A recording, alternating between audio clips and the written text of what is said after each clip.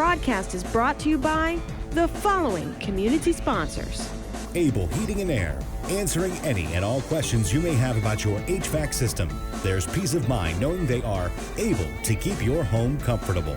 Able Heating and Air, 718-7556. Battlefield Automotive, featuring Toyota, Chevrolet, and Ford. Battlefield Automotive, a keystone of service and a cornerstone of our community.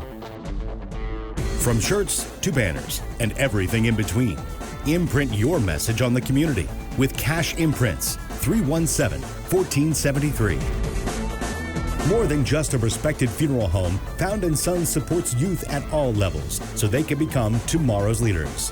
Found & Sons, 825-3530.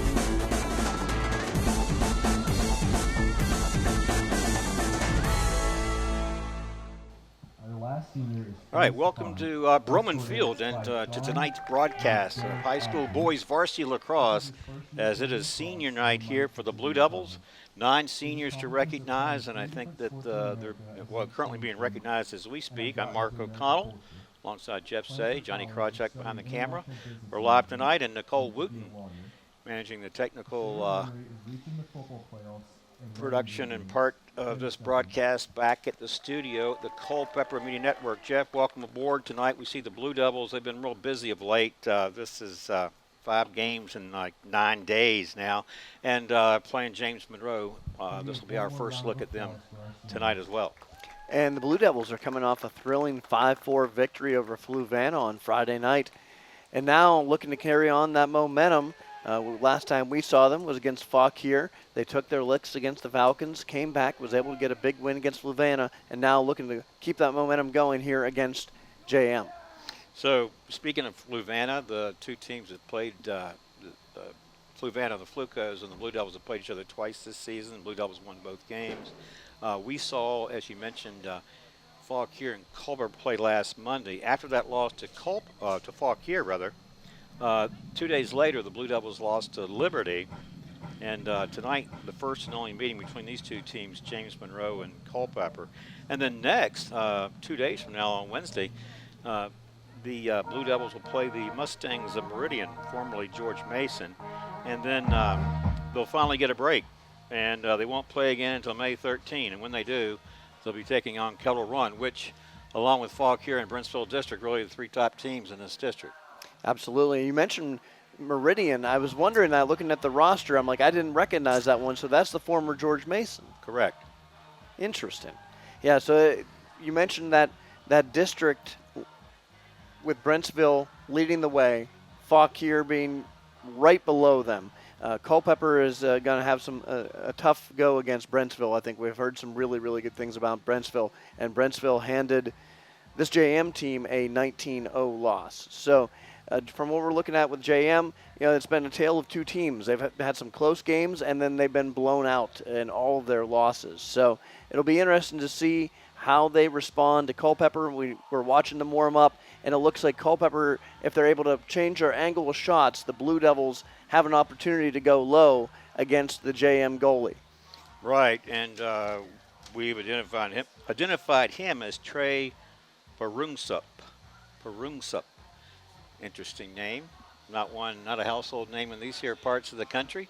But we were watching him in the pregame drills, as you pointed out, and he really, Jeff, good reflexes. Let's say chest up, a little more suspect when the ball is low on the ground. That may be something that Blue Devils head coach Robbie Weisick already knows. That could be part of their strategy tonight, is to fire those shots, many of those down low. Well, we know the Culpeper strategy is to use their speed, get those fast breaks, and get the ball to Jacob Roman. All right, looks like we're going to pause for the playing of our national anthem.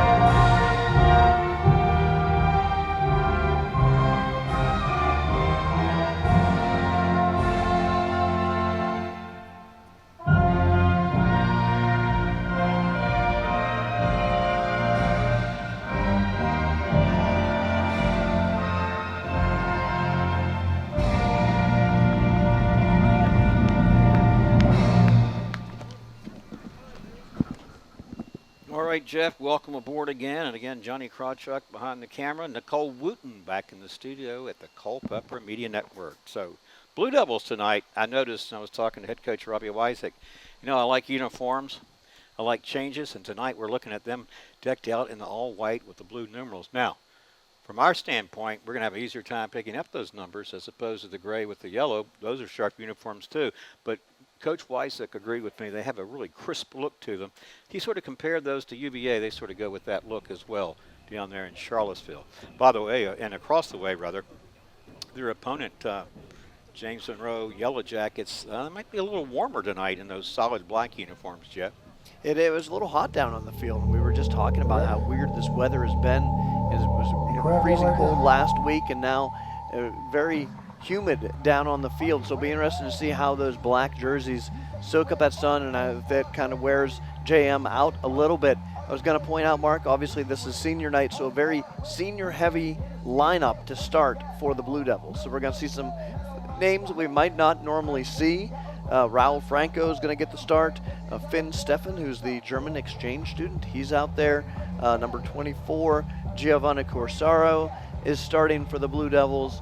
And obviously Jacob Rowan and Brandon Bonfadini, a couple of names that we've become accustomed to here this evening. Well, of course, Jacob Roman, number 19. 9 seniors they identified on this year's team. So if you do the math, those number of seniors, well, pretty large group when we think about the number of players on this year's roster. So as Jeff pointed out, probably be calling the names of some players who previously we have not called much this season. And for the very reason Jeff pointed out, it is senior recognition night. So the Blue Devils are currently 3-8. And as we've mentioned, tonight's game will be game number 12 of the season. Then they'll play Wednesday at against Meridian. And they're going to get a break and not play again until May 13th against Kettle Run. I think that closes out the regular season, Jeff. And Kettle Run's another tough team. We've got some good teams in this district, so it'll be interesting to see if Culpeper can get some momentum here tonight. Be prepared to finish the season strong as we head into playoffs.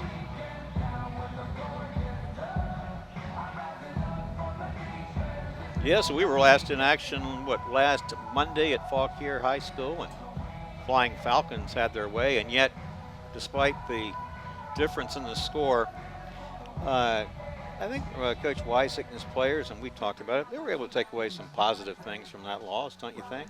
Yeah, absolutely. I thought they played really well. I thought in goal, Riker Simpson actually did a really good job. He stopped a lot of big shots, and defense I thought played pretty well. That's just how good Fauquier is. All right, getting ready for our opening face-off. And they award possession to the Yellow Jackets to start things here tonight. First quarter, Broman Field is the site of tonight's game. And Mark, I'll point out one thing I noticed right away is Jacob Roman is wearing number 1 again. He's worn 1 in the white jerseys and 19 in those sharp gray jerseys. So he changes it up on us, keeps us on our toes. Okay, so he's back to number 1. But no changes in the personnel as far as Coach Weisek was concerned. Just that one change in the number. As James Monroe starts on offense, they don't keep it too long before they turn it over. But now the ball is loose, and let's see who's going to corral it. Losing his footing is that Blue Devil player there, number 30. That's Finn Steffen. Finn Steffen, right. That's the German exchange student. Yeah. Finn Steffen from Deutschland. Jeff, you've been there, haven't you? I have not been. I've always wanted to go. I have a lot of German heritage. I'd love to go visit. I've been told it's beautiful. Well, it really is. I went there when I didn't want to go, and then I've tried to go back there when I wanted to go and wasn't able to. So that's how life works sometimes. In fact, we were thinking about going there in, is it August or September of this year, and those plans that we had to shelve those. But it was a good idea, good thought, going back there after such a long time ago. Probably trying to take advantage of some cheaper travel at that time. Absolutely, and the party that had organized it had basically found that they'd already made their commitment and plans, and then there really wasn't room for more, and the fares had gone up since they had made those plans. So, things change like that quickly. Well, we're in the opening couple of minutes here this first quarter. We don't have a shot on goal yet. Blue Devils have not forced the ball past the midfield stripe to put any pressure down here on this JM goal. But now they are currently in possession. Let's see what they're going to do. They're going to try to get it upfield, of course, and the ball is loose. They do get it across the midfield. We've got players vying for possession, including Brandon Bonfadini, one of those 9 Blue Devils seniors who comes away with it. So Blue Devils will now settle down and try to work its offense. I think we're going to see a steady dose of Bonfadini and Roman. I overheard the referees chatting earlier, and they were expecting to hear a lot of Roman's name out here on the field tonight, especially being senior night. You know that he's going to really try to take advantage of this feeling, of this emotion out here. It's his last home game to be able to capitalize on that, he and Bonfadini and the rest of the seniors. So what you may be saying is that Jacob Roman, here's Bonfadini on the move. Jacob Roman, who wears jersey number 1, and he fires a shot that is saved from goal by this goalie for James Monroe, Trey Perunsup. We saw him again in those pregame drills. He looked good when the shots were chest level and higher. A little more suspect when the ball's on the ground. That may be natural, Jeff. It's hard to come up with those, I think, from a goalie standpoint. A little harder than it is when you're playing catch, from the chest up. Right, and Mark, I'll note that obviously when we were watching him, he was just working with the coach one-on-one. It's totally different when you've got the defenders in front of you and shielding your vision. And so for him to make that stop against a very quality Jacob Roman shot there, I was impressed early on. Yeah, and so we were talking about how the officials were mentioning the name Roman, how frequently it may be called tonight. And so Roman's wearing jersey number 1, and his name may be called more than any other to make that the number 1 thing here tonight as well. We'll see.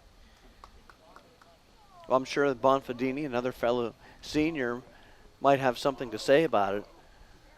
We have 9 seniors on this team, so I know that they're all going to really be pressing here tonight. They want to come out on top. They want to really highlight their skill here tonight for the Blue Devil fans. This is Bonfadini in the X going to work here for the Blue Devils. They've got 1 shot on goal. It was taken by Roman. Winding up again and taking a shot this time off the left side. And he finds that corner of the net.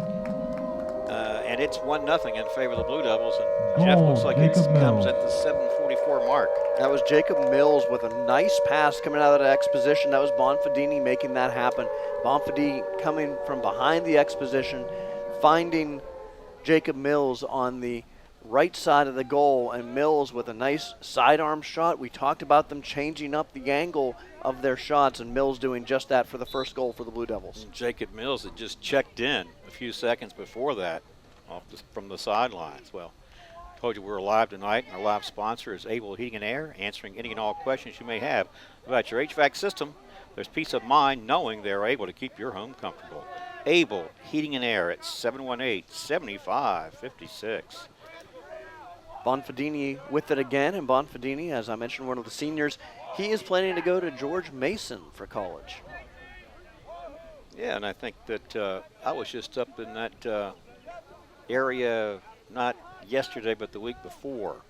Went by George Mason University. There's a shot, this one taken high, and the goalie able to make the save. Ball loose. 2 teams will try to come up with possession as they fight for it. And James Monroe crosses the mid-stripe. We'll try to go back on offense here. Here's a shot taken, and it didn't look like it had a lot on it, but it must have been placement rather than pace. And it was taken by number 17 for JM, and that's their first shot on goal, and they found the net, and all of a sudden it's tied up 1-1. Well, that was coast to coast right there. He was able to get the rebound off of Perunsup and then carried it the whole way down the field. Wasn't looking for a pass or anything. He knew that he was taking that shot. Nice little bounce shot, and was able to get it past Riker Simpson. All right, well, this broadcast brought to you in part by Found & Sons, which is more than a respected funeral home. They support youth at all levels so they can become tomorrow's leaders. Found & Sons at 825-3530. 6:45 to play, first quarter action. A little difficult seeing that scoreboard at this angle, and it's time of the day, Jeff. That sun is beating down, but we'll see it slowly trickle away here. As I mentioned, I wonder how that's going to play against for JM in their dark jerseys, whereas Culpeper is strategically in their lighter jerseys. Well, I think one of the things they have going for them in those black jerseys is they've got all kinds of youth. And that makes a difference when you're braving the elements, doesn't it? I wouldn't last out there, but maybe a minute. I was sweating just standing out there, but of course I've got on dress pants and a long sleeve shirt. So. Well, we're sort of dressed the same in that way from my casual work look with the sort of khakis and what do you call these shirts? Are they poplins? Poplins? I like that. Yeah. I'm going to call them poplins from now on. I don't know if that's, I may be way off base. It sounds right. But in any event, we're approaching that midway mark of this first quarter, tied up 1 apiece. James Monroe back on offense. There's a spin move and a shot taken. Riker Simpson gets his stick on it and deflects it away from goal. This broadcast brought to you in part by Battlefield Automotive, featuring Toyota, Chevrolet, and Ford. Battlefield Automotive, the keystone of service and a cornerstone of our community. 547-3673. James Monroe keeps possession as they spread it out here some. We've got a couple seniors on defense for the Blue Devils. Nathan Kuick is going to go to JMU. Hard shot taken, and Simpson able to deflect it away from goal. Keeps it tied up 1-1, but the Yellow Jackets maintain control here. Thinking about it, now winding up and taking the shot. Again, Simpson either got a piece of that or hit that the cross post. Another shot. Well, no, that was going to be, looked like it was going to be a well-conceived play. They had a guy going toward the net, unable to get it to him, but his teammates bailed him out. And James Monroe now putting some pressure against that Culpeper goal, Jeff. Nice defense by Jacob Ehrman, another senior out there, number 11. He was the one that broke up that pass and made it so the Yellow Jackets had to restart the offense here. Well, this guy is in a pretty good spot. He got in between a double team and then unleashed a shot that went wide of the mark. So now James Monroe, like I say, getting a few shots on goal, and the more you take, the more likely you're going to find that net. So this is where you want the Blue Devil defense to force a turnover. Well, the Blue Devils doing a nice job in that zone of giving them a little bit of room, but then cracking down whenever they're getting a little bit closer. So you see the defense there force a turnover. Well, you know, the player looked like he'd made a nice move to the net, but he later realized he no longer had possession, and the Blue Devils come back this way. This is a little bit of an errant pass, and now the two teams will vie for possession. We got a whistle and white ball. And that was Finn Steffen. That was Finn Steffen making that play, the German exchange student. They said this is the first year that he's ever played lacrosse. So excited to see him out here having a good time in his senior night. He made a nice play right there. Just I think he may have got a little too hyped up and missed that pass to Bonfadini, but the ball still has an opportunity to go to the Blue Devils. Well, this broadcast brought to you in part by Cash Imprints, from shirts to banners and everything in between. Imprint your message on the community with Cash Imprints. 317-1473. 3:35 to go. First quarter action. We're tied up 1-1. I would say early on that they're pretty evenly matched, Mark. Yeah, absolutely. And I think that if you're looking at the stats department, I mean, James Monroe certainly has more shots on goal. So they're certainly forcing the action here. Yeah, they've been in the Culpeper offensive zone for about the last 2 or 3 minutes. So the Blue Devils are going to have to get a turnover, get it back down the field, and try to maintain possession for a little bit to give their defense a little bit of a breather. Roman, you see out there in that midi position, he's so good with his stick. We expect him to be able to jar it loose, but he's a pest, I think is the best way to put it. Nice shot and a nicer save made by Riker Simpson. Keep this game knotted up at 1 apiece. Simpson, the outlet, comes down to Dylan Shiflett. And now this is Cole Plaster, rather. And Plaster can play a part in this offense. Here's his shot.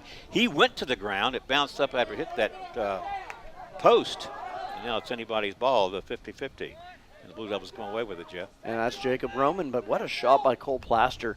You said it went low and then it bounced off that crossbar. There is Jacob Roman. He worked his way, weaved his way toward the center of the field, and then set himself up to take that good shot. And he beats the James Monroe goalie, Trey Perunsup. And it's 2-1 now with 3:19 or 2:19? 2:19 to play in this first quarter. A pair of Jacobs scoring for the Blue Devils here early on. Jacob Mills made it 1-0. JM tied it back up, and now Jacob Roman giving the Blue Devils the 2-1 lead. We said we were going to be calling Roman's name a lot. I was just talking about his defensive play there and what a good two-way player he is, and we see his offensive side as he's able to fire off that shot for a goal. Well, and we were laughing earlier because the officials recognized that that name would be called a lot tonight too, from the sideline. They wouldn't hear us in the press box, but they'd be hearing it along the sidelines from the players and coaches. That's what they were. That's exactly the phrase they used. They said we're going to be hearing that name a lot. So I know that Jacob's one of the better players in the district, and I think that the players recognize that, the coaches recognize that, and they're always telling their team to be on the lookout for Jacob Roman. Under 2 minutes to play here in the first quarter, 2-1 Blue Devils. James Monroe will look for an opportunity to unleash a shot.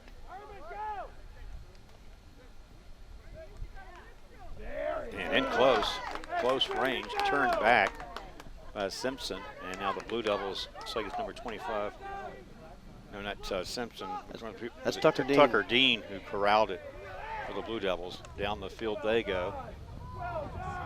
Minute 20 and counting. Well, Cole Plaster tried to come away with it, and his counterpart, same jersey, number 2 for James Monroe, came away with it, at least for the moment. But as the ball is loose, Jacob Mills looks to take possession and does. Here is Mills. Mills starting a little bit of a fast break there for the Blue Devils. They slow it down, they take a shot, this one wide of the mark, again taken by Jacob Roman. Did we say we would call his name a lot tonight? We did, and another, obviously a senior here tonight, Jacob Roman has committed to play lacrosse at Shenandoah University. And Jeff, you've probably been over to Shenandoah a few times, haven't you? Here's Cole Plaster thinking about it, then backpedaling it, and they slow it back down. Over the years, Mark, I've been at Shenandoah a little bit. Shenandoah obviously known for lacrosse and music. And baseball. They have a good baseball program, too. Yeah, that's what I thought. Well, I think Cole Plaster was trying to take a shot, and the Yellow Jackets actually came away with the ball going back this way. Final seconds ticking down. They may or may not be able to get a shot off before the siren sounds to signal the end of the first quarter. We'll see. Well, good defense right there by Tucker Dean, coming out and defending, really pressuring that. Well, there was a shot that was wide, and there's a sound that signals the end of the first quarter. With our score at Broman Field, Blue Devils 2, Yellow Jackets 1. We'll take a break and come back for the second quarter right after this. This broadcast is brought to you by the following community sponsors. Able Heating and Air, answering any and all questions you may have about your HVAC system. There's peace of mind knowing they are able to keep your home comfortable. Able Heating and Air, 718-7556. Battlefield Automotive, featuring Toyota, Chevrolet, and Ford. Battlefield Automotive, a keystone of service and a cornerstone of our community. From shirts to banners and everything in between, imprint your message on the community with Cash Imprints, 317-1473. More than just a respected funeral home, Found & Sons supports youth at all levels so they can become tomorrow's leaders. Found & Sons, 825-3530.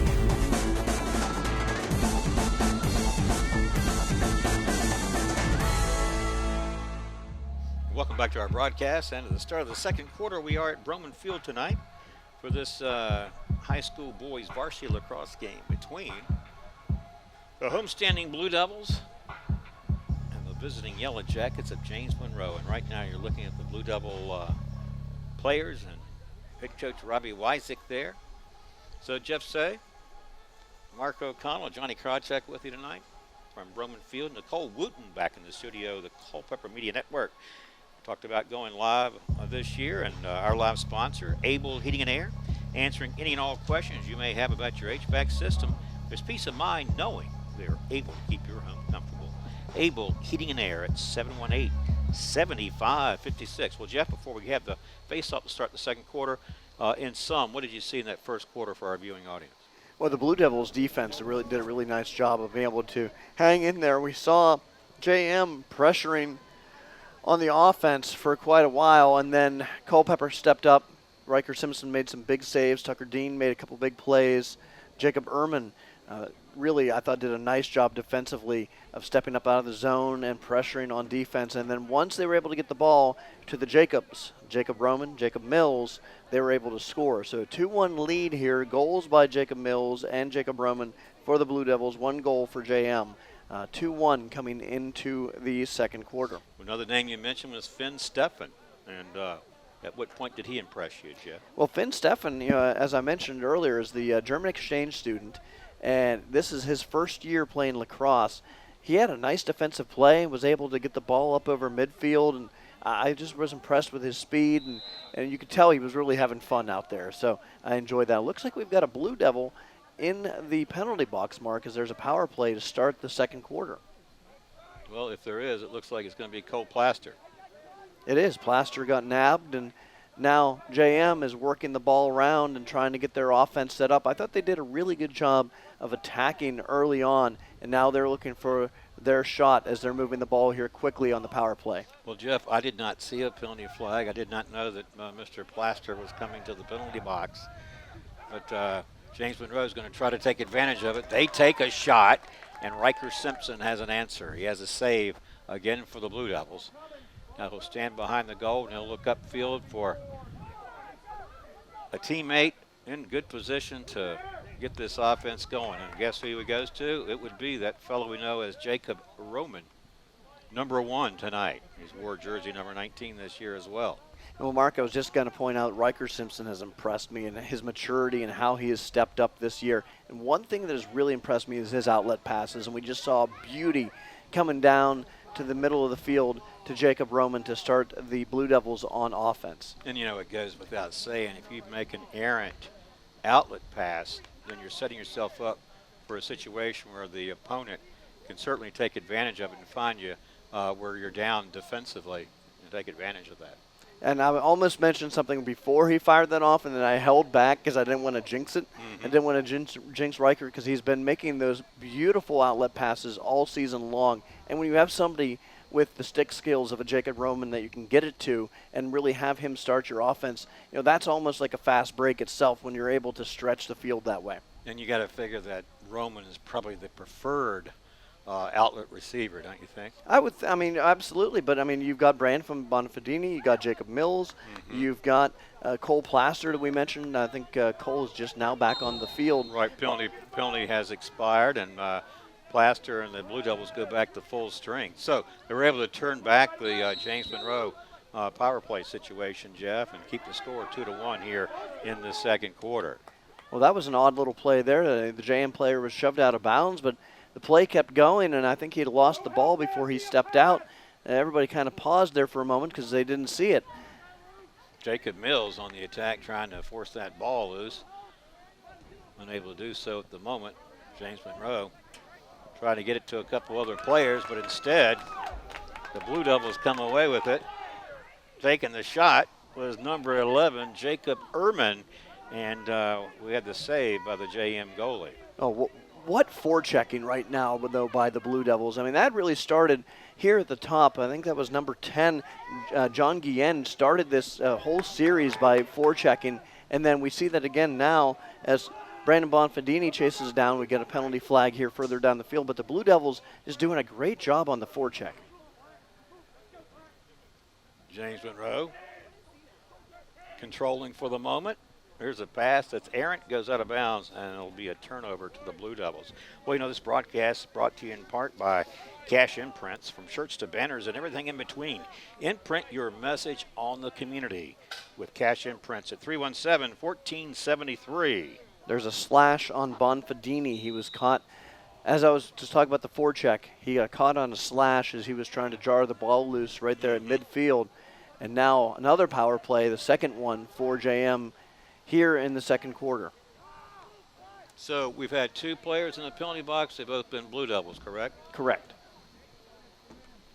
And JM trying to make a little bit of some offensive penetration, ran into a wall of Blue Devil defenders, and then coming away with it is Culpeper's number 11, Jacob Ehrman.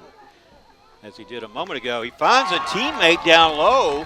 Ehrman gets it to number 10, that's John Gillen, and Gillen turns around one-on-one, and he's able to beat JM goalie Trey Perunsup to make it a 3-1 advantage for the Blue Devils. Jeff, how did you see it? Well, Culpeper's defense made that one happen. Tucker Dean started that by hog-tying JM down on the power play, getting that ball loose, and Jacob Ehrman really strikes me as an offensive defenseman. What we saw him right there is be able to run the ball across the midfield, start that play offensively, and find John Guillen further down the field with a beautiful pass.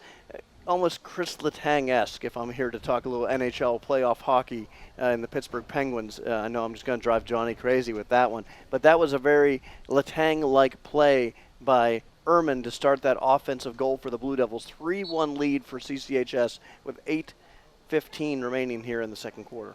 Message is likely not lost on Johnny as a hockey fan, but it was lost on me a moment ago, Jeff, because honestly I just don't follow the game close enough to know the players.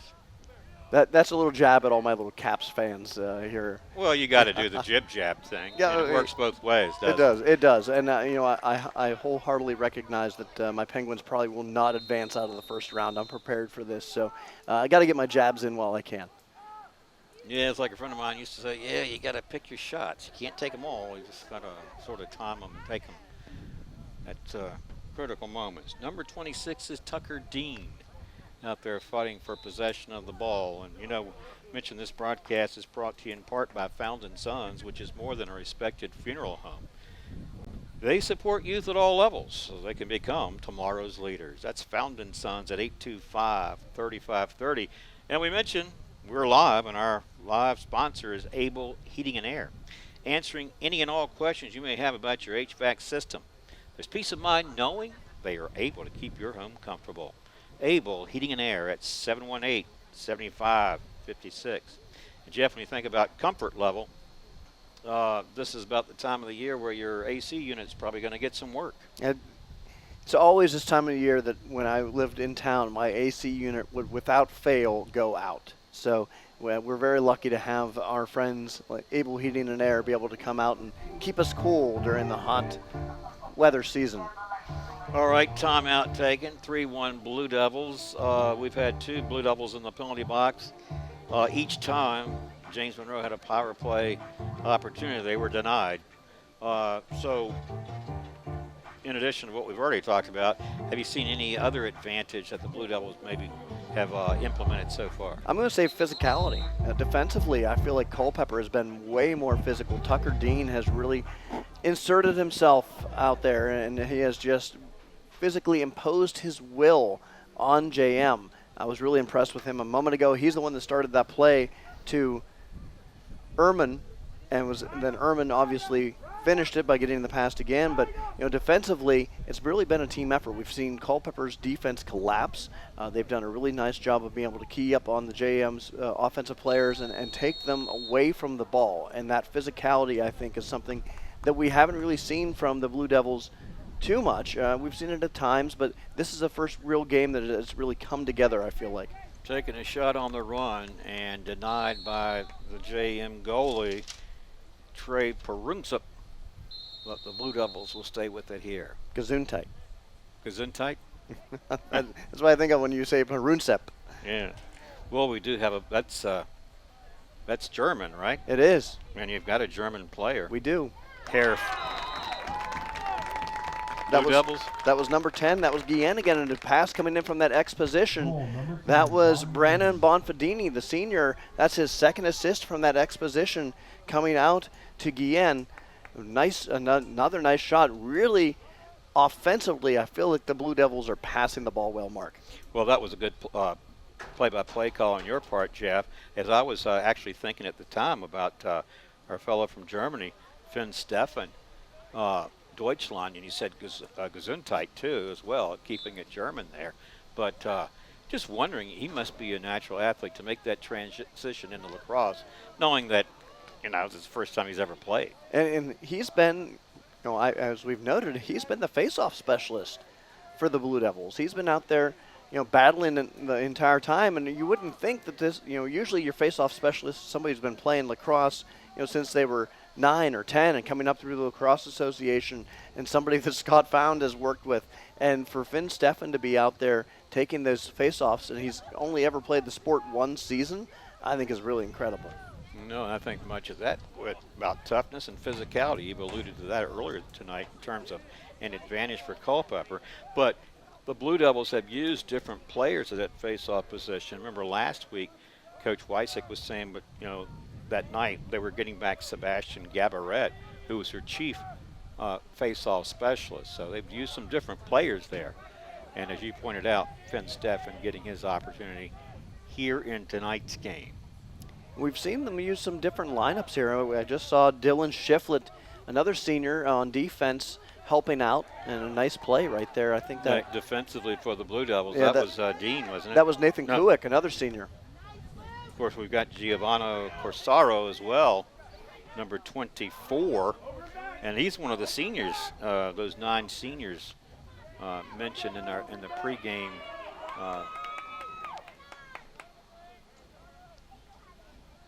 By the public address announcer, the commemoration for these seniors tonight. 9 of them here playing at Broman Field.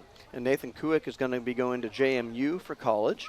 Nice defensive play a moment ago by Kuick. And before that, I thought Dylan Shiflett had made a nice play. And I wanted to point out Shiflett, wearing number 5, was introduced, and they're announcing where everybody's going to school. And Shiflett is going to, and I quote, Hogwarts to play Quidditch.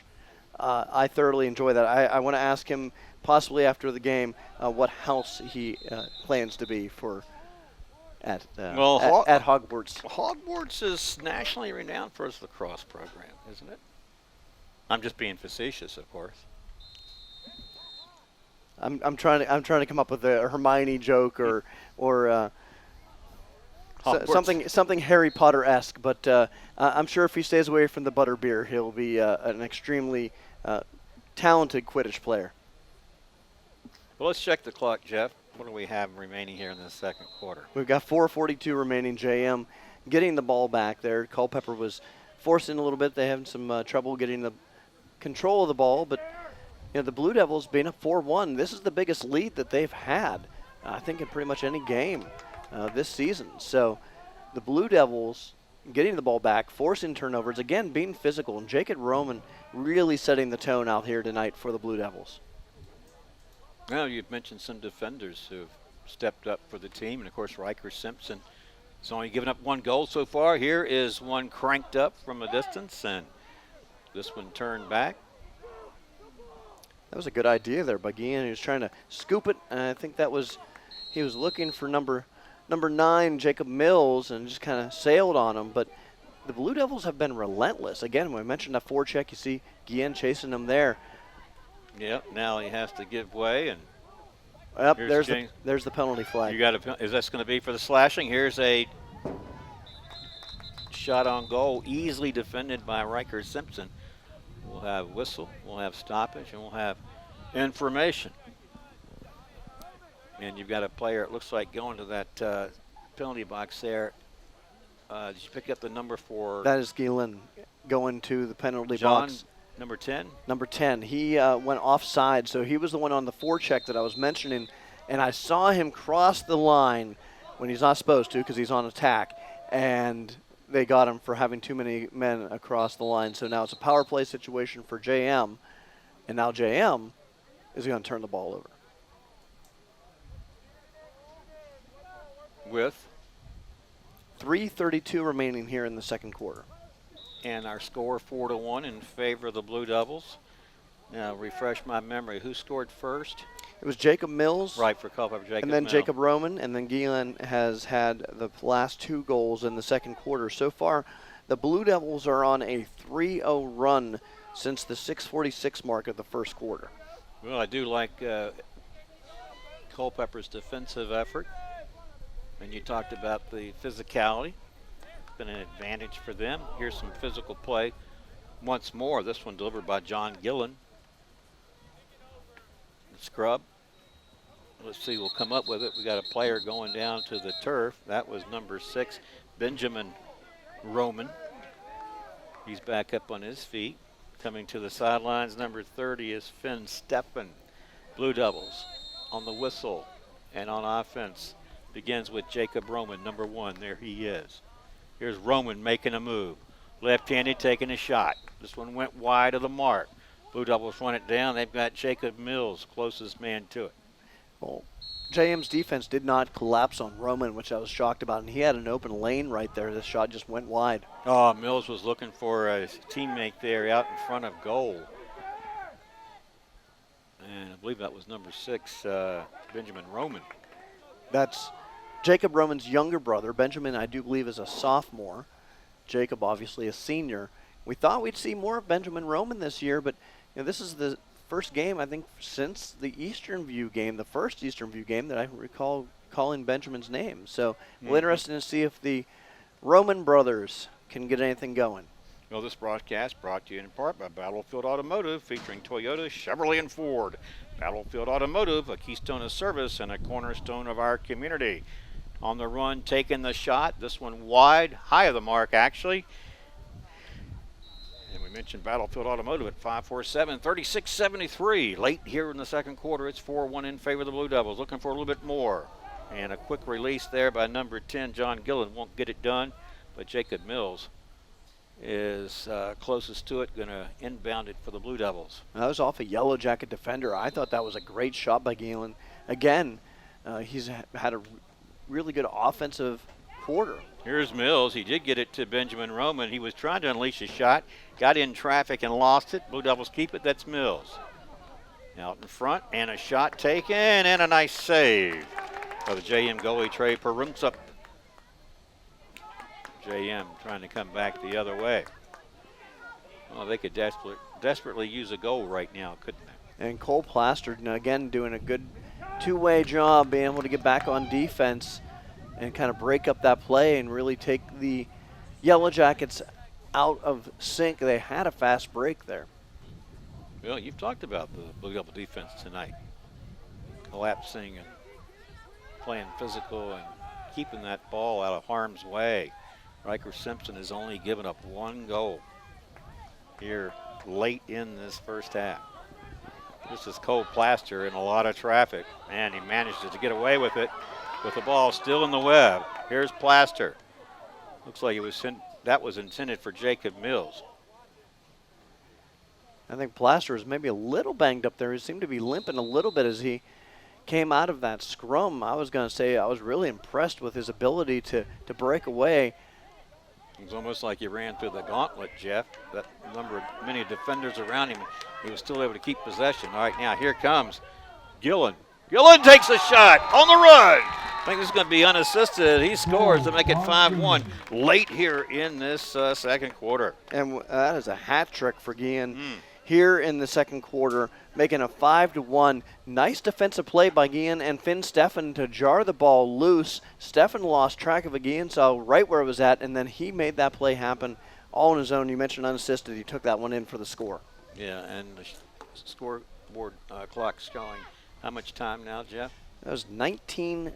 I had 9 seconds, but it looks like it's 19. They're trying to get it corrected. It's blinking 19.3 right now. And I'm asking Jeff why, because he's got good eyesight. And not only that, my view is a little obstructed at this moment, but it is late in the second quarter.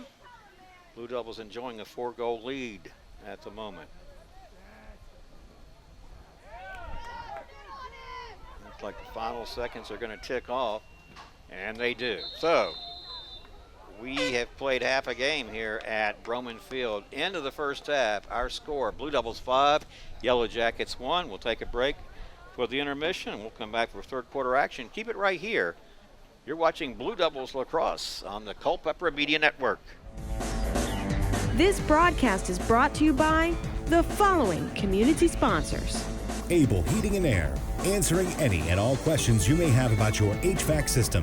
There's peace of mind knowing they are able to keep your home comfortable. Able Heating and Air, 718-7556. Battlefield Automotive, featuring Toyota, Chevrolet, and Ford. Battlefield Automotive, a keystone of service and a cornerstone of our community. From shirts to banners and everything in between, imprint your message on the community with Cash Imprints, 317-1473. More than just a respected funeral home, Found & Sons supports youth at all levels so they can become tomorrow's leaders. Found & Sons, 825-3530.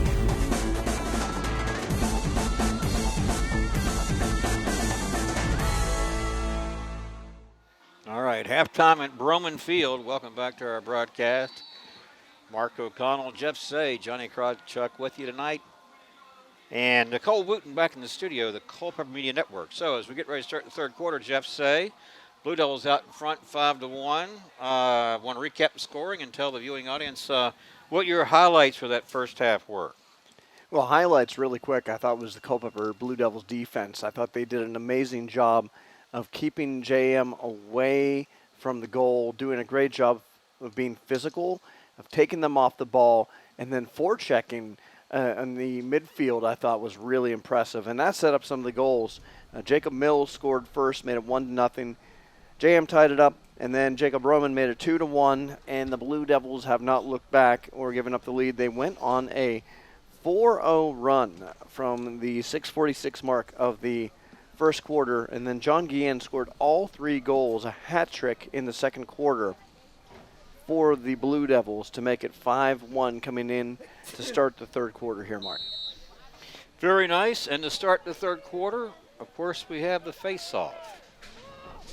We mentioned early on that Finn Steffen had handled that some for the Blue Devils, and right now James Monroe wins this one, which is a better start for them here in the third quarter as opposed to giving it back to the Blue Devils, because James Monroe was only able to get past Riker Simpson once in that first half. So we'll see if they do anything differently here in the third quarter.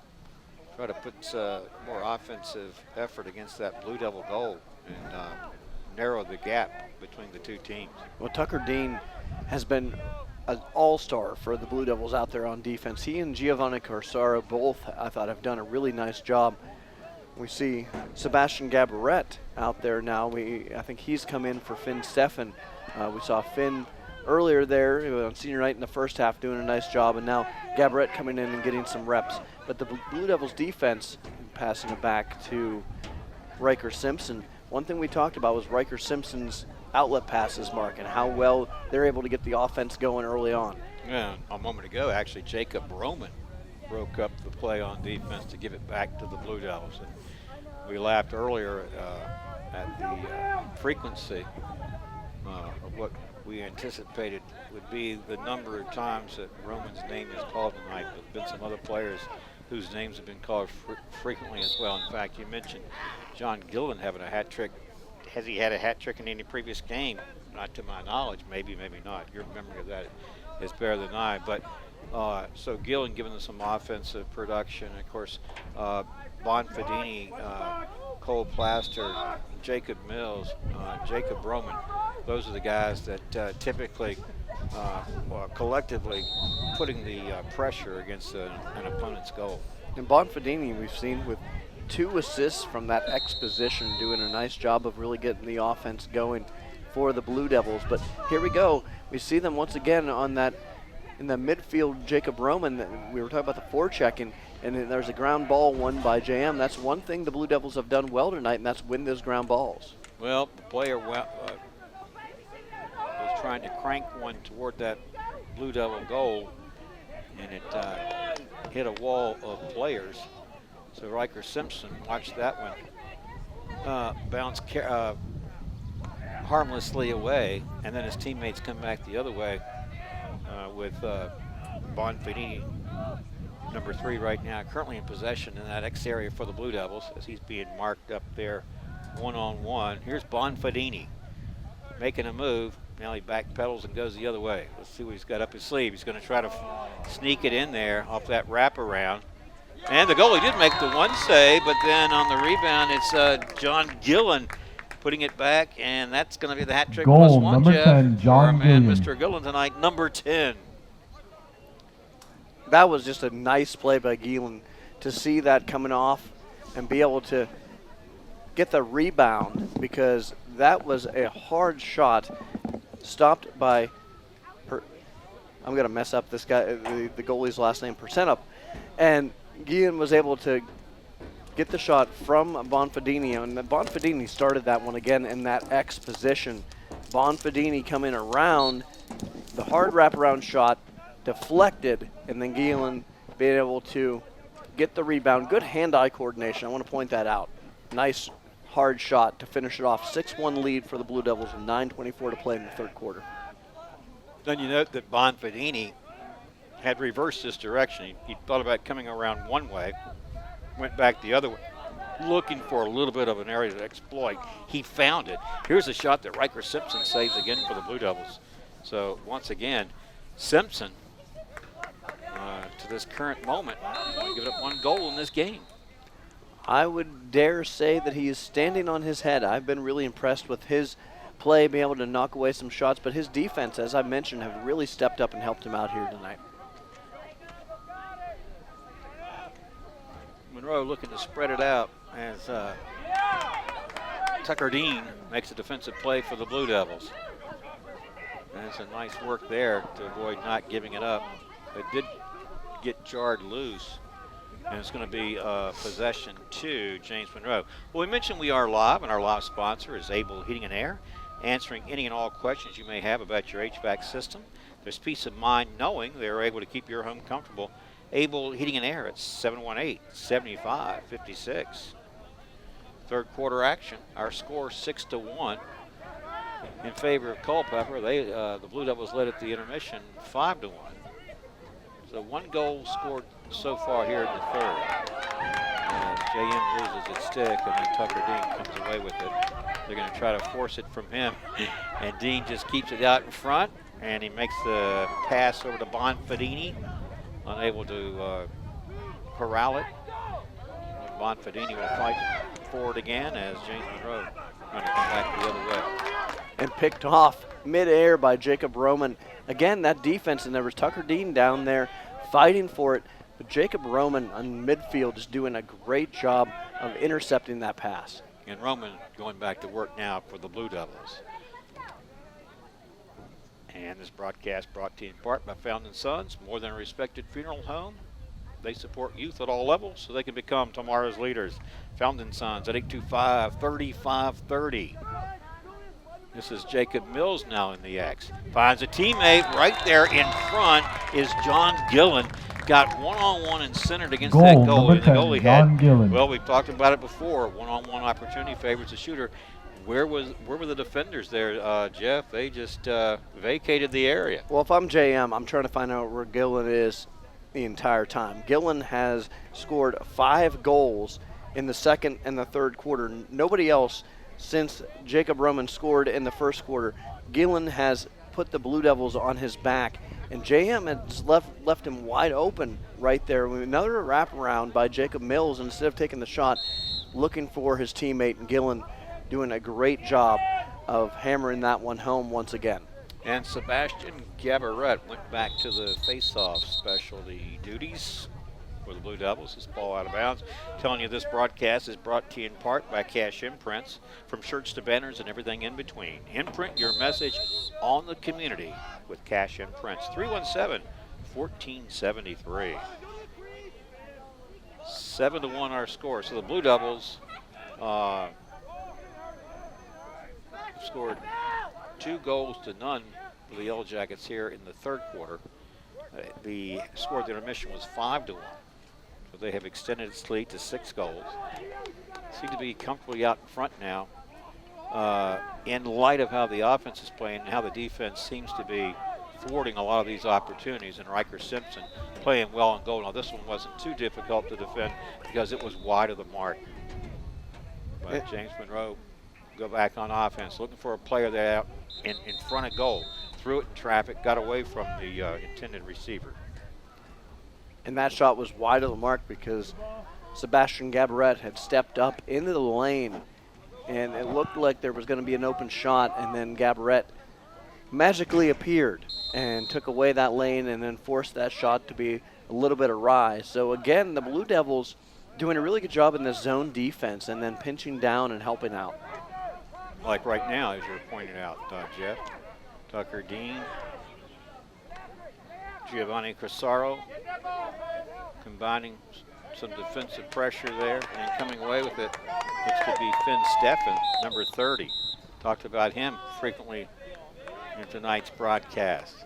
Yeah, Finn Steffen has really impressed me just with his energy out there. He's done an amazing job of just battling for those ground balls, and then you saw his speed as he was just taking off with it. Culpeper calls a timeout to get possession, slow things down just a little bit. But Finn Steffen, we were looking at his information earlier on. He wants to be an international businessman. And if they call a timeout, we'll tell you this broadcast is brought to you in part by Battlefield Automotive, featuring Toyota, Chevrolet, and Ford. Battlefield Automotive, a keystone of service and a cornerstone of our community. 547-3673. And 7-1 our score. We were talking about just how busy the Blue Devils are going to be. So, Jeff, tonight, they're playing, of course, James Monroe, and then two days from now, Wednesday night, they'll play Meridian, which is formerly George Mason, and that's going to mean 5 games in 9 days for the busy Blue Devils, and then they will get a break. And when they come back from the break, they'll be taking on Kettle Run. You know, they got a good team up there. Maybe not as good as Fauquier, and probably not as good as Brentsville District. We're probably the 3rd best team in the district at this point. I would say they're the 3rd best team. Obviously, I think Brentsville is head and shoulders above everybody. Faukier's close, but Brentsville's just that good. Mark, I was going to ask, we mentioned it a couple times now, Meridian. Why did they change from George Mason to Meridian? Well, it's just consistent with the movement to eliminate names that tend to be offensive to people.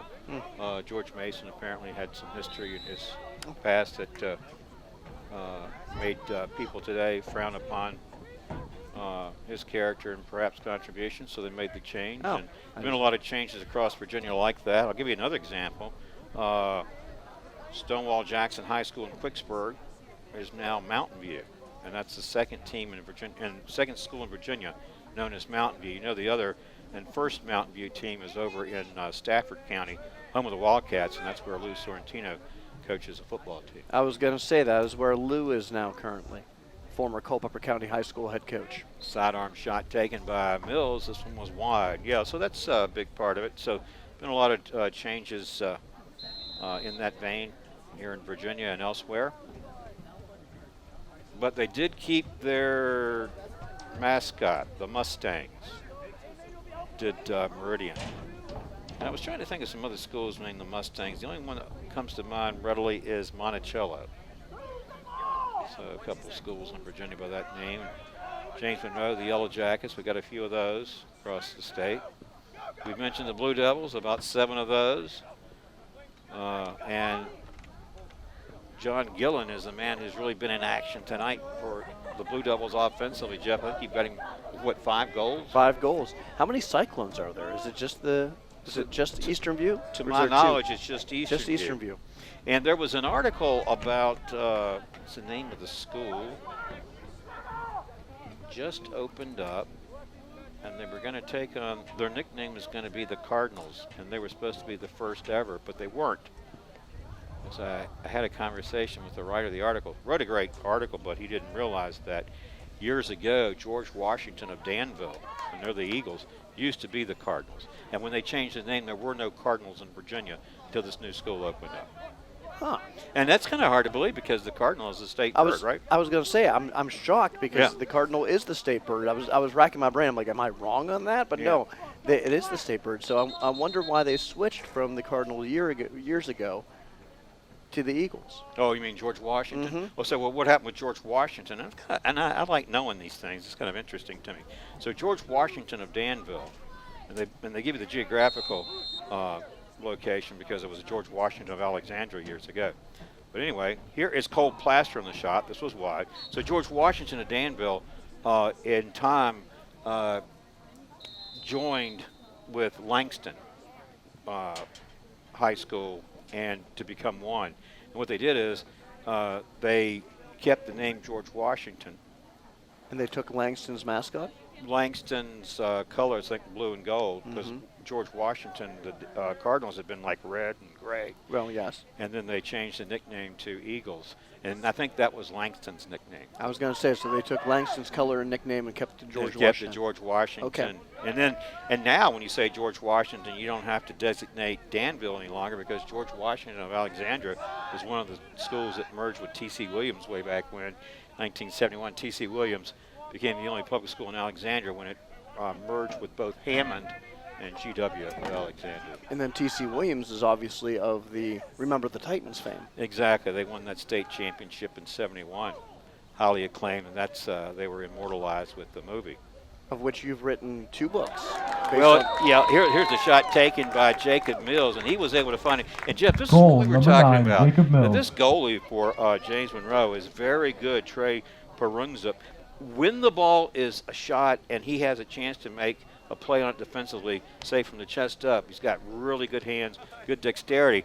But we noticed that in that pregame, going to the ground with it caused him more problems. And just a moment ago, the Blue Devils took advantage of it. Well, we wondered if the Blue Devils had noticed that or had a tape on that. If you go low against him or change the angle, the Perunza struggles a little bit. And we saw Jacob Mills score his 2nd goal right there. The Blue Devils had turned it over and then were able to quickly get it back. And then Mills able to change that shot up, go low, get a little bit of a bounce right there, make it 8-1 in favor of the Blue Devils. So we were going back to the schools too, and T.C. Williams, if they haven't already, or if it hasn't already, is supposed to change its name as well. I don't know what it's going to become. So there are a lot of changes across the Commonwealth as far as the schools, and then there's, as you know, up in Loudoun County, I mean, that's a very growing county. It seems like they have a new school every 2 years that pops up there, so you got to sort of stay tuned, keep up to date with all the schools being established, particularly in Northern Virginia and particularly in Loudoun County. Well, Riker Simpson still, Jeff, has only given up 1 goal this game, but he's had some great help from his defensive teammates. Well, they have, and we talked about them pinching down in that zone and doing a great job of helping out. But what a great save again, once again, there by Riker Simpson. Yeah, his reflexes tonight, notably good, notably sharp. As Jacob Roman corrals it for the Blue Devils. He finds a teammate. Sidearm whip by Jacob Mills goes wide of the mark.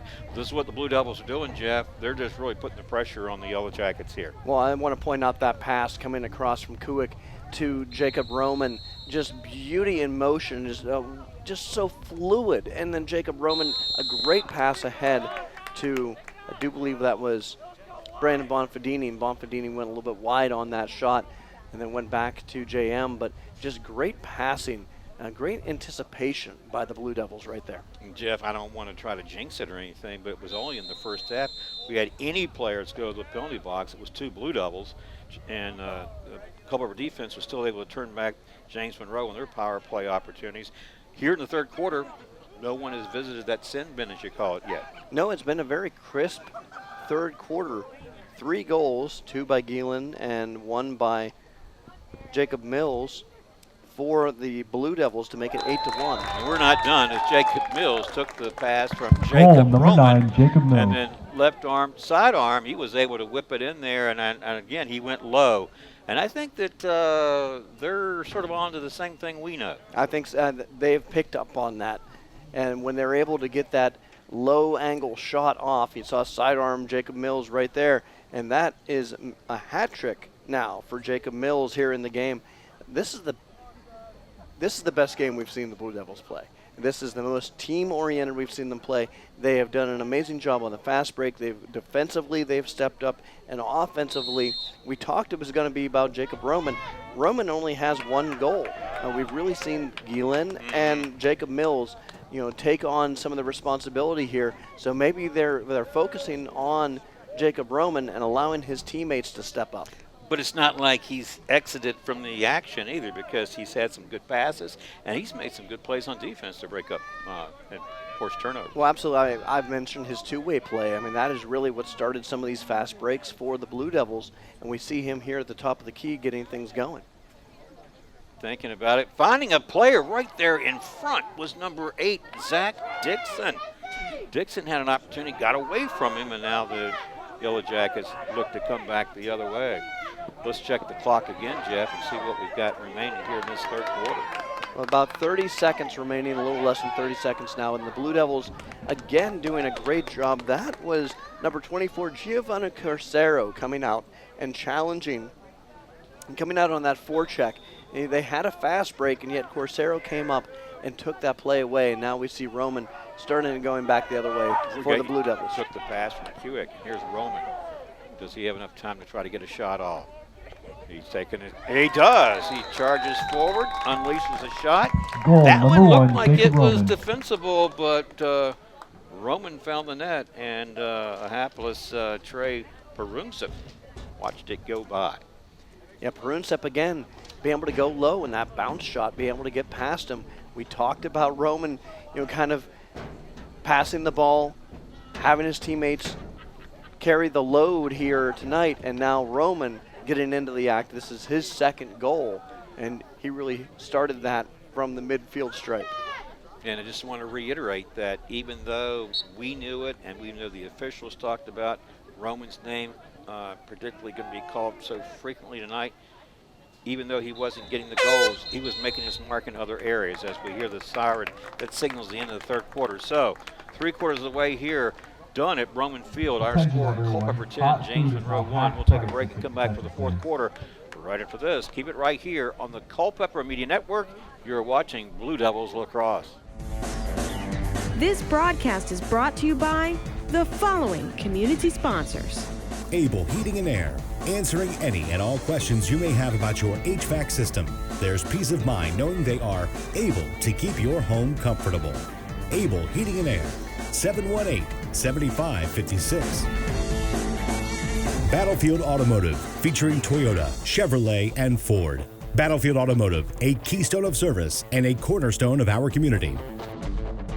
From shirts to banners and everything in between, imprint your message on the community with Cash Imprints, 317-1473. More than just a respected funeral home, Found & Sons supports youth at all levels so they can become tomorrow's leaders.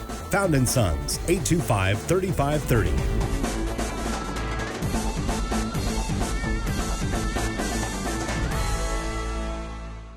All right, welcome back to our broadcast at Broman Field. Mark O'Connell, Jeff Say, Johnny Krawchuk with you tonight. And it's been all Blue Devils, Jeff. It was 5-1 at the intermission, and now it's 10-1 going into the fourth quarter. So no offensive output by the Yellow Jackets, and strictly all Blue Devils. We talked about how John Gillen has scored, 5 goals tonight. Jacob Roman was in the mix with passing and defense, and then all of a sudden he's got a hat trick as well, right? Roman's got 2. Jacob Mills has 3. Mills has 3, so right. Roman just needs one more goal for that hat trick, and I expect to see it here tonight, but he has really been stepping up on defense. His two-way play, his forechecking, doing a great job of winning the ground balls and getting the offense going at the midfield stripe. James Monroe won the face-off, at least for the moment. See if they can keep possession. They've got a long, what do they call it, a tough row to hoe trying to come back in this one. I don't believe they can do it because they just don't have the firepower, particularly the way the Blue Devil defense is playing and the mix of players who've gotten into the offensive scheme of things tonight as well. And this ball got loose, and Riker Simpson able to easily take possession of it, and he finds his teammate Wesley Faxlanger. Well, that's the first time we've called Faxlander's named tonight, and he is a player that's going to be going to ODU for college, another senior for the Blue Devils. All right, ODU's nickname. Oh, I'm nowhere near as good as you are in being put on the spot on these things. I'm putting you at a disadvantage because you moved down from PA and you're learning the schools. ODU is the home of the Monarchs. Here is a rare goal scored by JM. Goal, James Monroe. Number 2. Now, how much time has elapsed since James Monroe scored? They scored their goal in the first quarter. So 2 full quarters have elapsed. They did not score in the second. They didn't score in the third. They scored with the 6:46 mark in the first quarter, and that was the last goal that they had. All right, so 10-2 our score, and we mentioned we are live, and our live sponsor is Able Heating and Air, answering any and all questions you may have about your HVAC system. There's peace of mind knowing they are able to keep your home comfortable. Able Heating and Air, 718-7556. So will you see some maybe different numbers, reserve players coming in tonight? We've talked about Benjamin Roman getting some playing time. Finn Steffen is out there. Wesley Faxlander we just mentioned. Right. I mentioned Jacob Ehrman. He's been playing really well out there on defense. He's going to go to Averett for college. Raul Franco is somebody else we saw a little bit of earlier on. He's going to Germanna Community College. Yeah. So Averett, Jeff, is located in Danville, I believe. I always see Pastor Dan Carlton, the Culpeper Baptist Church, writing about Averett. I think he has some ties. I think he's on the board at Averett, if I'm correct. It's either Danville or Chatham, one of the two. I can't remember. You're in traffic. Blue Devils knock it loose. How many high schools are in Danville? I feel like there's quite a few. Well, no, there's George Washington. And then there's some in the surrounding area down there. And that's an area that I've never spent much time in. Never really had any personal connection to it. George Washington, GW as we call them, GW Danville. If you're from Danville, you don't say Danville. It's Danville. It's Danville. Danville. And it's not GW, it's GW. GW Danville, that's what they were called. Shot taken on the run. This one sails high of the mark. Blue Devils keep it. You were asking what about the schools down there? How many? Yeah, I know it's a larger area, and it seems that there's a lot of teams that come out of that area. You mentioned George Washington. We were also talking about unique mascot names, and I remembered the Sharks of Colgan. Colgan is the name of it. Yeah, because that's fairly new school in Prince William County. Not as new as some, but relatively new. But we never actually been there, have we, to Colgan? I do believe that we were playing Osborne one year, and Osborne had played Colgan, and so this would have been, 2015, 2016, and they were relatively new then. Right. So they're 6 or 7 years old, but I don't know of any other Sharks. I remember that because we were at Osborne Park. Yes. And they were saying that Colgan had just opened, and they'd taken some of their best lacrosse players over there. That is correct. So Osborne Park felt like, they were having a down year, of course. Speaking of Osborne Park, home of the Yellow Jackets, just like James Monroe, the Yellow Jackets here. Well, they had a goal in the first half. They get a second goal here in the fourth quarter. But it's been all Culpeper here tonight. And one of the things that we didn't really say yet, Jeff, and I know it may sound sort of corny, but one of the things I've noticed about the Blue Devils that through 3 quarters of play, they've just sort of played with some quiet confidence, really. They really have. I mean, we've seen them on defense stepping up, making those plays, playing physical. And then on the run, taking the shot, number 16 gets essentially one-on-one against Riker Simpson, and Simpson gives up his 3rd goal of the night. But it's coming later when I think you're starting to see a lot more, perhaps some of these Blue Devil reserve players in the lineup. And Riker Simpson, I thought, has played extremely well, and his defense has done a really good job in front of him, blocking shots, playing physical, winning the ground balls. And we talked about the confidence. And I've really seen some confidence from Jacob Ehrman. We see him out there, number 11. Obviously, Jacob Roman has confidence, but Finn Steffen has somebody who's really impressed me here tonight. He's played really well.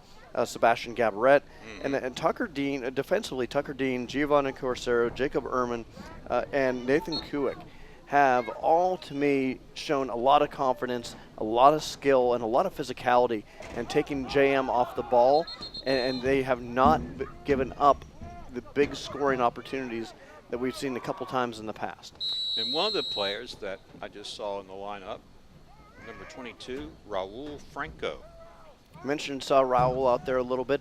A lot of the seniors seen some play tonight, and this has been a pleasant senior night for the Blue Devils. I think that they've performed extremely well and really have taken advantage of their spotlight here tonight. I think that's well said. I think this is sort of scripted for them in a way, don't you? I mean, if you wanted your seniors to be recognized and have a good game, have one that they can really feel good about, looks like this is the one that's going to make that all happen. I mean, we've seen, I think this is our 4th CC game we've seen. 2 against Eastern View, 1 against Fauquier, and then this game here tonight. Actually, we saw them against Orange. Or no, that was Eastern View we saw against Orange. I'm sorry. So this is our 4th Culpeper game that we've seen. This is the best game that they've played. This is the most team-centric game that they've played. And they certainly have matched up real nicely against their opponents tonight. Clearly had a distinctive advantage, no doubt. Late in the game, James Monroe was able to get a few shots in, and then weaving through that traffic there and scoring, making 10-4 is JM.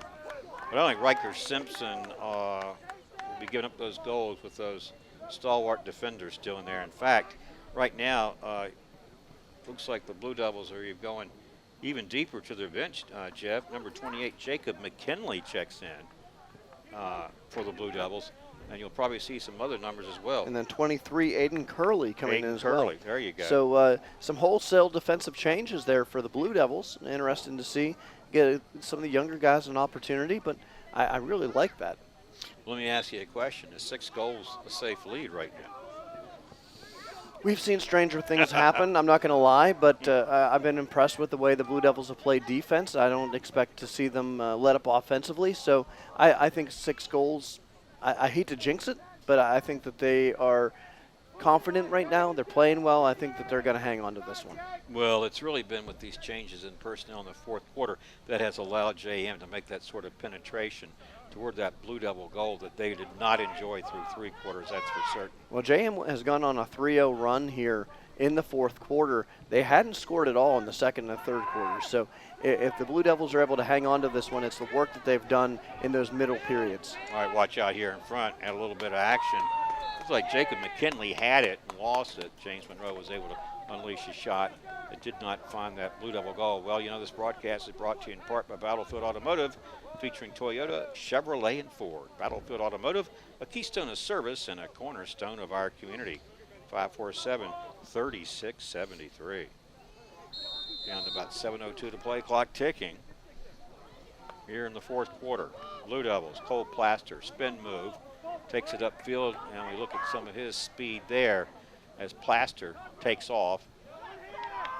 And the Blue Devils looking for Jacob Mills. They find him. Here's Mills, bounce shot over top of the extended stick by the goalie there, JM's Trey Perunza. Blue Devils keep it. Mills going back to work. They slow it down here. Making a move, Jacob Roman. Here's Roman on the run, takes the shot, finds the net, and that'll break that string of, 3 consecutive goals by the Yellow Jackets as Jacob Roman scores. And, Jeff, I believe that's the hat trick for Roman. That is the hat trick for Roman. So we have Roman with a hat trick, Mills with a hat trick, and Gielan with 5 goals for the Blue Devils. So offense being spread around amongst those 3 players, but I was just about to mention it's the little things. So that last shot was chased down by Gielan as he was streaking towards the goal, and so the Blue Devils have done a really good job of maintaining possession, and then once you're able to maintain possession, they're able to get the right shot, and we saw the right shot right there by Jacob Roman. Sebastian Gabaret off the face-off looked to win it for the Blue Devils until the ball gets loose. Cole Plaster, or make that Bonfadini in the vicinity there. Get it back to the goalie to slow it down for JM. Well, this broadcast brought to you in part by Found & Sons, which is more than a respected funeral home. They support youth at all levels so they can become tomorrow's leaders. Found & Sons at 825-3530. Jeff, I just had a thought. When James Monroe had those 3 unanswered goals and then Jacob Roman came back, it was almost as if Culpeper had said, okay, look, we know we've got a 6-goal lead. We're not saying it's not safe, but let's get a goal back right here, sort of stem this momentum they've established. Yeah, it was an answer. That's exactly what it was. And in the past, we haven't seen Culpeper be able to answer like that. Here, there was no panic. Mm-hmm. It was a simple confidence that we're going to come down and we're going to score. And we got a whistle. And we We got 5:35 to play in the fourth quarter. As they sort this one out, we'll tell you this broadcast is brought to you in part by Cash Imprints. From shirts to banners and everything in between, imprint your message on the community. Cash Imprints, 317-1473. Here's a shot taken that Riker Simpson is able to deflect away from goal. Then it goes out of bounds across the sidelines there. Initial stop by Simpson, assist to the post as it bounced away there. It's just when when your night's going well is when those bounces like that go your way. And you know that Riker Simpson Goal, James Monroe. had great success through 3 quarters, and a little bit of lax effort there defensively in front of goal, and it allows JM to score once again to make it 11-5 with 5 minutes and 18 seconds to play here in this fourth quarter. They go back to the faceoff, of course, following the goal, and that'll mean Sebastian Gabarret for the Blue Devils. Let's check in some of these other players. You mentioned Wesley Faxlanger, number 21 is in there. Coming to the sidelines is Jacob Roman. Dylan Shiflett, number 5, remains in the game. Riker Simpson, of course, going the distance in goal. Sebastian Gabarret wins this one for Culpeper. Back to Jacob Mills. Something tells me that Jacob Mills and Jacob Roman and Cole Plaster, he's checking in the game, and Brandon Bonfadini, they'd like to get a little more offensive action before this one's out. I'm sure, but you also got to play your game. You see Roman setting up their offense here. You've got a 6-goal lead. You want to hang on to it. I'm sure you want to be able to press the issue a little bit, but also you don't want to give up any errant passes. So they're going to play smart, and they're going to run their offense, and they're going to try to add to their lead here. Well, and taking a shot was Roman, and making the save was Perunsup. A moment before that, Roman was able to get the ball down to Gillen for a close look, turn back, but the Blue Devils keep it. And another evidence of this team play here by the Blue Devils. What a play by Tucker Dean just to reach across on defense and flip that ball back to a rushing Jacob Roman. And then Roman was able to send it back down. It looks like JM's going to end up with it again. But, man, that to me is just teamwork. Sure is. 4:10, clock moving, fourth quarter action. 11-5 our score in favor of the Blue Devils. It really hasn't been this close, a 6-goal lead. It was really here in the fourth quarter when JM was able to take advantage. Not taking anything away from their players. I mean, they're playing hard, playing all out, of course. But they had a little different defensive look in front of them than they did earlier in the game, don't you think? Yeah, it's 10-1 coming into the fourth quarter, and then the Blue Devils making some changes, getting some players in, getting some experience. So I think with a 9-goal lead, you can do that. You give up a couple of goals, and they still have a comfortable 6-goal lead with 3:49 remaining, Mark. Well, it's a nice option the Blue Devils have tonight to be out in front where you can get your reserve players, really go deep to that bench and get your guys some quality time in there to play. Because this regular season, I mean, I think is it a 14-game regular season, and they've already played. This is game 12. So, I mean, they're deep into this regular season as Jacob Mills, making number 8, Zach Dixon scores for the Blue Devils. Goal, number 8, and Dickinson. there's a fellow that, whose name we haven't called much this year, and he's getting some playing time. He's got to be excited about scoring at this point. I love the joy right there because he took the rebound. It was off a shot. I do believe it was by Mills, and then Dixon got the rebound and was able to turn around and, again, going low against Tyler Perunsup. Perunsup.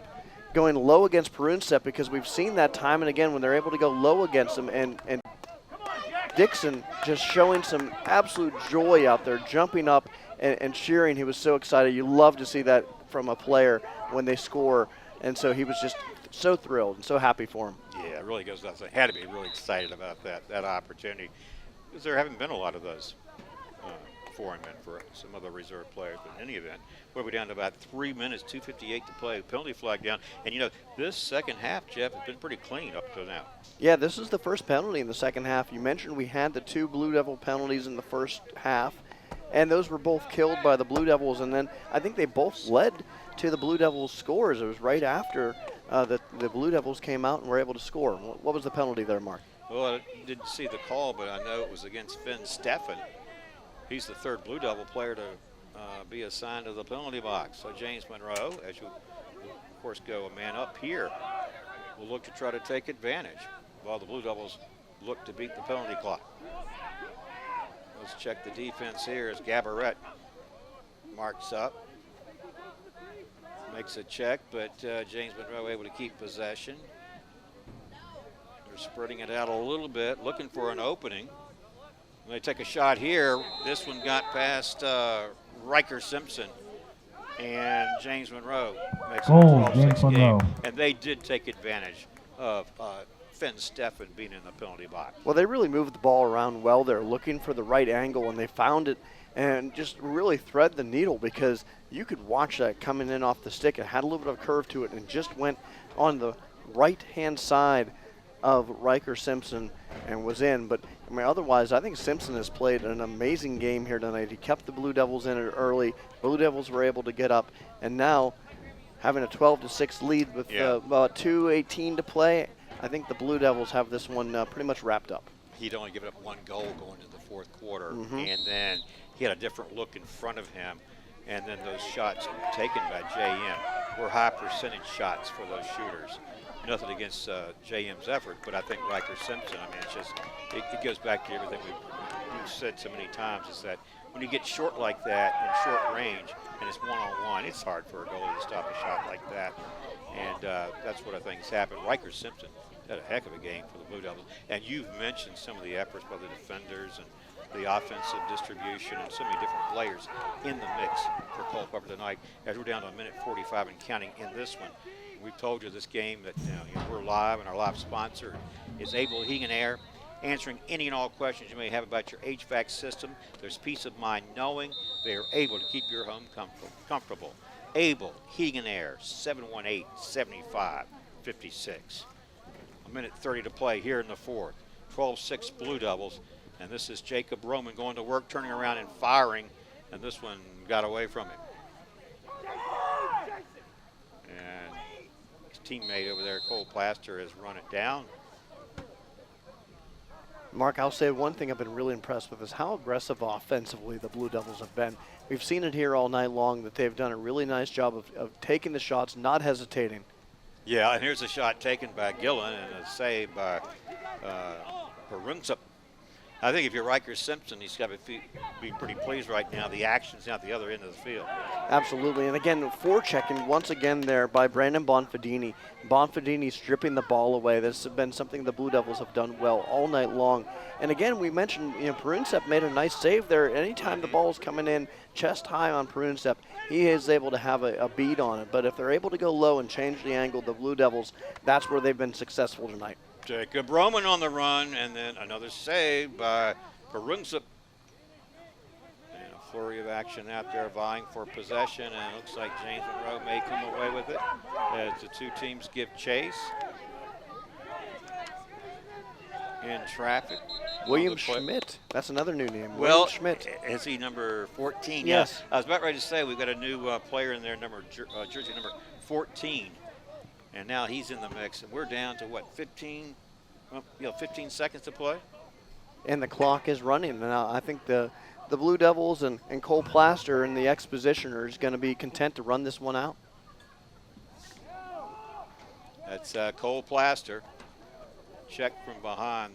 The stick check knocks it loose, but no harm, no foul, no change. End of the game. Blue Devils 12, Yellow Jackets 6, and they'll celebrate. And they'll go congratulate Riker Simpson for a job well done in goal. And I think that whole defense needs to have kudos because they all played. I mean, I could run through the entire list, but I mean, really, Tucker Dean stands out to me. Giovanni Carcero, Jacob Ehrman, they all played. Finn Steffen in midfield, they all played extremely well. Nathan Kuick on defense. So that entire defense, I think, set the tone. And we mentioned it was 2-1 at the end of the first quarter, and then the defense did not give up another goal in the second and third quarter, and then the offense was able to take that opportunity and really just run with it. Guillen scoring 5 goals for the Blue Devils, Jacob Roman with a hat trick, Jacob Mills with a hat trick. Offensively, the Blue Devils were extremely aggressive, and they did a great job of playing within themselves. Well said, Jeff. Excellent analysis, and you did a great job for our viewing audience again tonight, really explaining the how and why, what was going on out there for the Blue Devils. So well done. Well, enjoyed calling the game with you tonight. Certainly enjoyed calling it for the Culpeper Media Network. We hope the viewing audience enjoyed it. Big win for Culpeper. Once again, our final score from Broman Field. Blue Devils 12, the Yellow Jackets of James Monroe 6. For Johnny and Jeff and Nicole back in the studio, I'm Mark O'Connell saying thanks for watching and supporting Blue Devils Lacrosse on the Culpeper Media Network. Enjoy the rest of your week, and we'll see you next time. This broadcast is brought to you by the following community sponsors. Able Heating and Air, answering any and all questions you may have about your HVAC system. There's peace of mind knowing they are able to keep your home comfortable. Able Heating and Air, 718-7556. Battlefield Automotive, featuring Toyota, Chevrolet, and Ford. Battlefield Automotive, a keystone of service and a cornerstone of our community. From shirts to banners and everything in between, imprint your message on the community with Cash Imprints, 317-1473. More than just a respected funeral home, Found & Sons supports youth at all levels so they can become tomorrow's leaders. Found & Sons, 825-3530.